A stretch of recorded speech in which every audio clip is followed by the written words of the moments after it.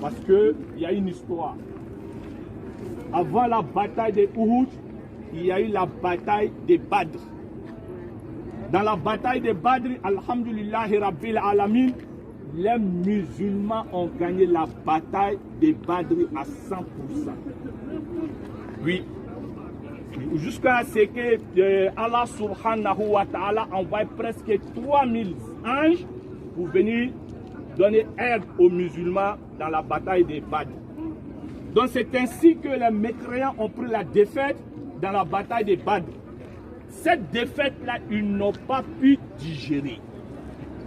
Donc ils sont restés dans leur coin. Ils cherchaient maintenant comment est-ce qu'il faut réattaquer les musulmans. Alhamdulillah. Donc à ce moment-là, ils avaient tellement beaucoup d'esclaves à leur possession. Ils ont dit aux esclaves que, Inch'Allah, nous allons faire une revanche contre les musulmans.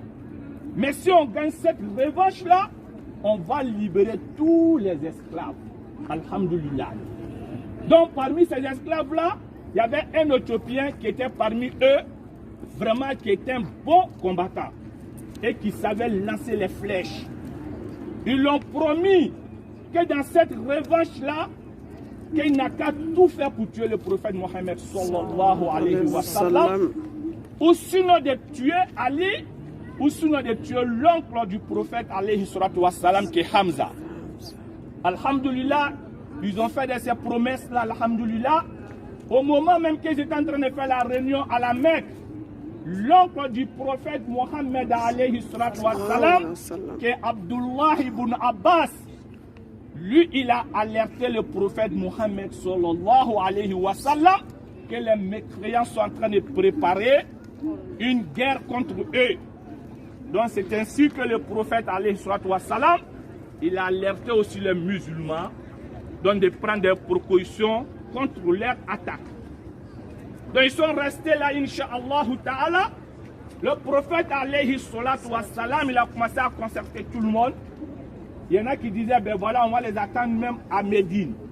Le prophète alayhi wa sallam dit non, on ne va pas faire cette parole-là dans la ville de Médine. Mais néanmoins, on va reculer un peu à l'extérieur, à la rentrée de Médine. On va tout faire, on va mettre la montagne de Uhud derrière nous, et puis on va se positionner. Alhamdulillah, les mécréants ils se sont levés, ils ont pris le chemin et ils voulaient venir surprendre les musulmans. Et c'est ainsi, au même moment, le prophète alayhi wa sallam, il est sorti avec 1000 personnes pour venir faire ce combat-là, incha'Allah ta'ala.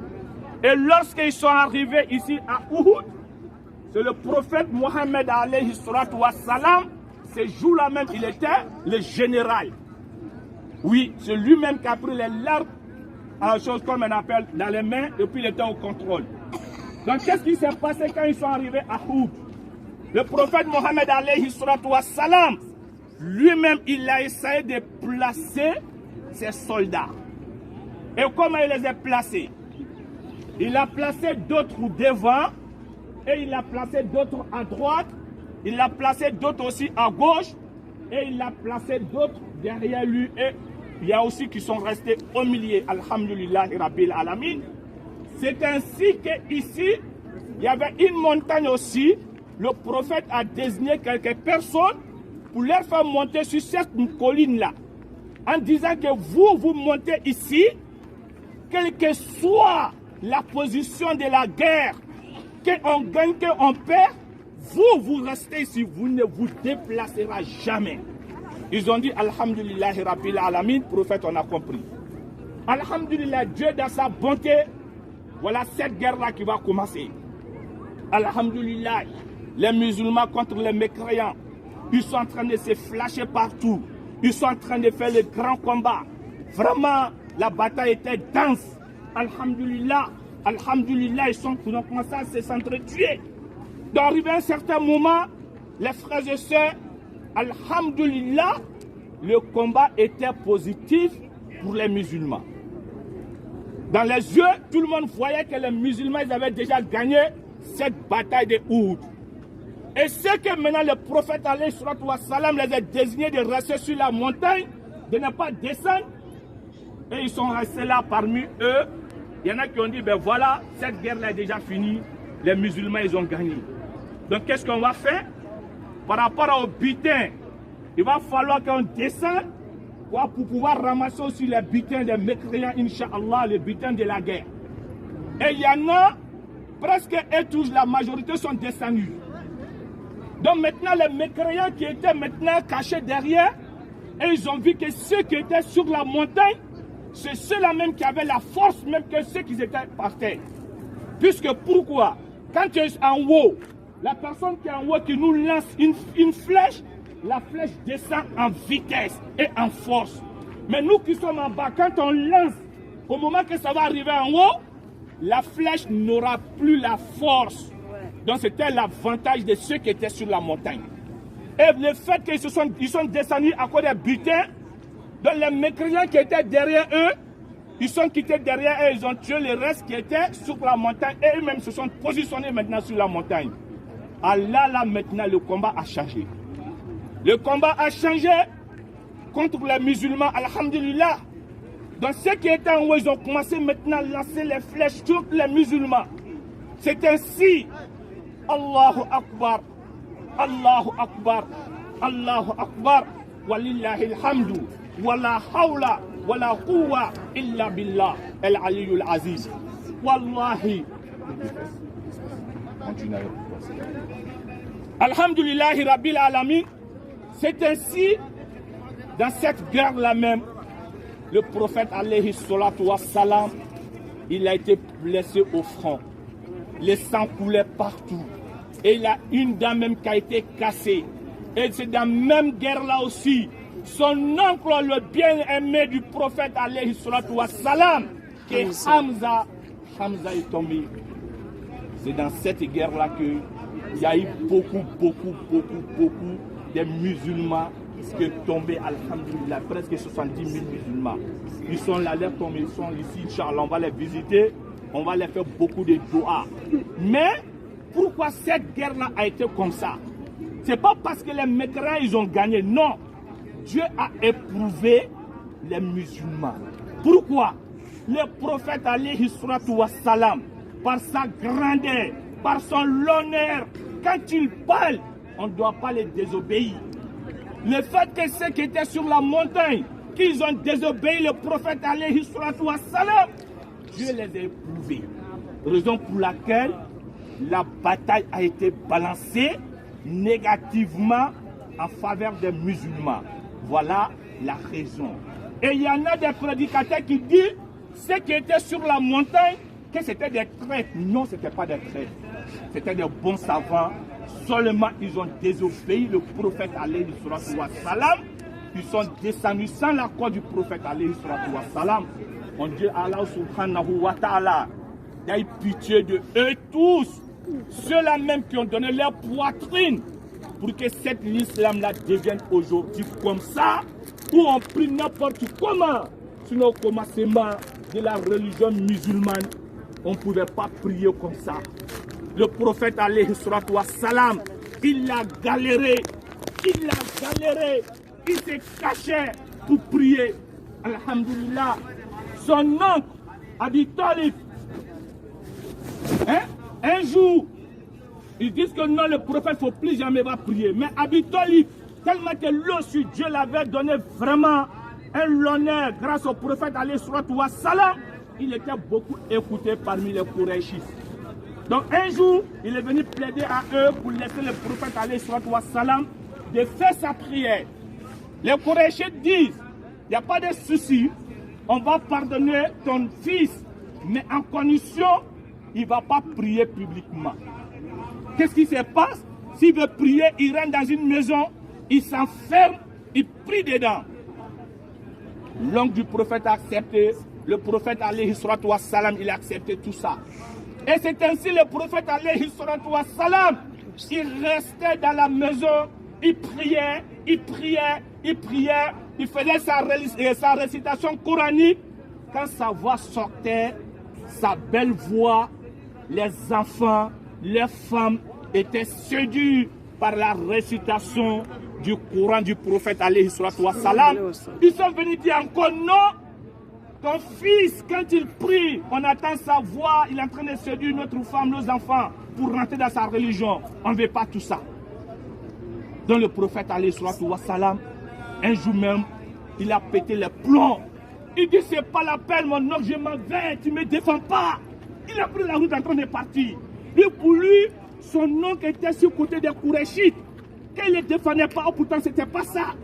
Son oncle, tout ce qu'il faisait pour lui, le prophète voyait que c'était petit. Donc un jour, il a pété pleurer, il dit, mais je m'en vais, c'est au point, je suis fatigué. Son oncle pleurait derrière lui, Abi-Talib. Il dit, non, mon fils, au nom de Dieu, si certain là, j'aime personne plus que toi, Mohamed, alayhi salam. Comprends-moi, allons doucement, doucement, ça va y aller. Il a plaidé avec son petit-fils. Alhamdoulilah, s'est calmé, ils sont venus. Donc c'est la même là, qui se sont réjouis à chose au prophète, alayhi salam.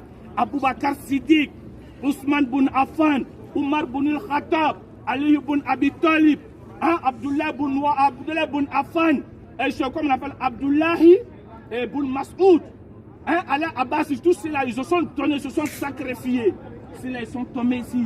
Abu Bakr Siddiq, lui, il est à la mosquée. Omar, alhamdoulilah, il est à la mosquée. Ousmane, lui, il est à Bakia. Tous ceux-là se sont sacrifiés pour nous. Mais aujourd'hui, les musulmans, quand ils regardent, on oublie cela. On parle d'autres personnes. On est en train de se soumettre à des créatures qui sont pareilles comme nous. Ça fait pitié. Ceux-là même là, ils sont comme nous. Ils ne sont pas des savants. Ils n'ont pas été des messagers. Ils n'ont pas été des prophètes. Ça a été des personnes comme nous. Mais eux là, ils ont vu cette bas monde là que ce n'était pas une vie. Donc, ils se sont emprisonnés dans ces bas mondes. Ils se sont donnés à Allah subhanahu wa ta'ala. Moi et toi et vous, on peut faire pareil. Pourquoi on peut? Il faut te mettre en prison.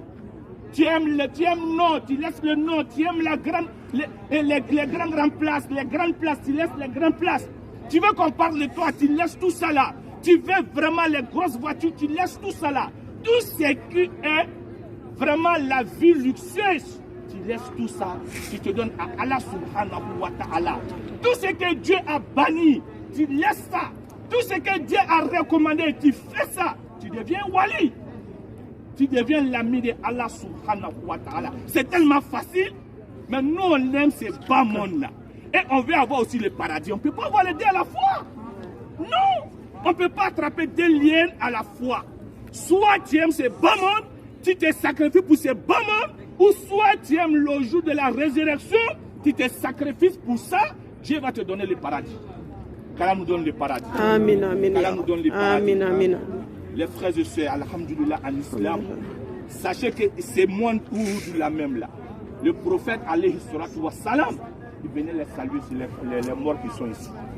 Fatima, alayhi salatu wa salam, Fatima Zahara, radiallahu anha, elle là, chaque jeudi, elle venait ici pour venir saluer les martyrs qui sont couchés ici.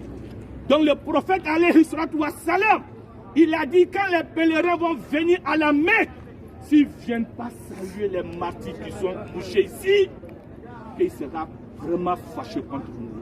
Donc, alhamdoulilah, Dieu qui nous a permis pour venir les saluer, on remercie Allah subhanahu wa ta'ala. Qu'Allah exauce nos prières. Amin, ya Rabbi. Tous les doigts que nous avons faits, qu'Allah exauce. Amin, amin. Qu'Allah fasse de nous des musulmans sincères et pieux. Amin. Qu'Allah nous guide sur le droit chemin. Amin. Vraiment, qu'Allah met la baraka dans tout ce que nous allons entreprendre à notre retour, Inch'Allah. Qu'Allah veille sur notre famille. Qu'Allah fasse vraiment notre demeure soit le paradis dans notre firdaus, Inch'Allah. Les frères et sœurs, nous ont demandé dua. Nous n'allons jamais l'oublier. On prie pour eux tous. Qu'Allah leur donne la santé. Qu'Allah nous donne la santé. Qu'Allah nous donne longue vie. La vie, comme on appelle, une vie de fer, Inch'Allah. Vraiment, qu'Allah nous donne la santé et qu'Allah nous donne beaucoup d'argent. Amin, amin, Dans amin. tout ce qu'on est en train de faire, il faut avoir l'argent. L'argent, là, c'est pourquoi? C'est pas pour nous-mêmes. Mais on va avoir beaucoup d'argent pour pouvoir aider les pauvres, pour pouvoir aider l'islam, pour pouvoir aider nos frères et sœurs. vraiment pour que l'islam soit vraiment développé dans le monde entier, Inch'Allah, qu'Allah fasse que nous soyons parmi ces personnes-là même, Inch'Allah ta'ala. Allahumma rabbana atina fid dunya hasana. Amin. وفي الآخرة حسنة آمين. وقنا عذاب النار آمين. ربنا لا تزغ قلوبنا آمين. بعد إذ هديتنا آمين. وهب لنا من لدنك رحمة آمين. إنك أنت الوهاب آمين. ربنا لا تؤاخذنا آمين. إن نسينا أو أخطأنا آمين. ربنا ولا تحمل علينا إسرا كما حملته على الذين من قبلنا آمين. ربنا ولا تحملنا ما لا طاقة لنا به واعف عنا واغفر لنا وارحمنا أنت مولانا فانصرنا على القوم الكافرين أنت مولانا فانصرنا على القوم المنافقين أنت مولانا فانصرنا على القوم الجاهلين الذين قال لهم الناس إن الناس قد جمعوا لكم فاخشوهم فزادهم إيمانا وقالوا حسبنا الله ونعم الوكيل حسبنا الله ونعم الوكيل حسبنا الله ونعم الوكيل فانقلبوا بنعمة من الله وفضل لم يمسسهم سوء لم يمسسهم سوء واتبعوا رضوان الله والله ذو فضل عظيم وإذا سألك عبادي أني فإني قريب أجيب دعوة الداعي إذا دعاني فليستجيبوا لي وليؤمنوا بي لعلهم يرشدون اللهم اغفر لهم وارحمهم وعافهم واعف عنهم واكرم نزلهم ووسع مدخلهم واغسلهم بالماء والثلج والبرد ونقهم من الذنوب والخطايا كما نقيت ثوب الابيض من الدنس وابدلهم دارا خيرا من دارهم واهلا خيرا من اهلهم وزوجا خيرا من زوجهم وأدخلهم جنة النعيم وأعيذهم من عذاب القبر وعذاب النار اللهم انصر من نصر الدين اللهم انصر من نصر الدين اللهم انصر من نصر الدين وخذل من خذل المسلمين وخذل من خذل المسلمين وخذل من خذل المسلمين آمين يا رب العالمين برحمتك يا أرحم الراحمين صلي سبحان ربك رب العزة عما يصفون والسلام على المرسلين والحمد لله رب العالمين وآخر دعوانا أن الحمد لله رب العالمين والسلام عليكم ورحمة الله تعالى وبركاته. Votre frère Oustaz Al-Hassan Bamba.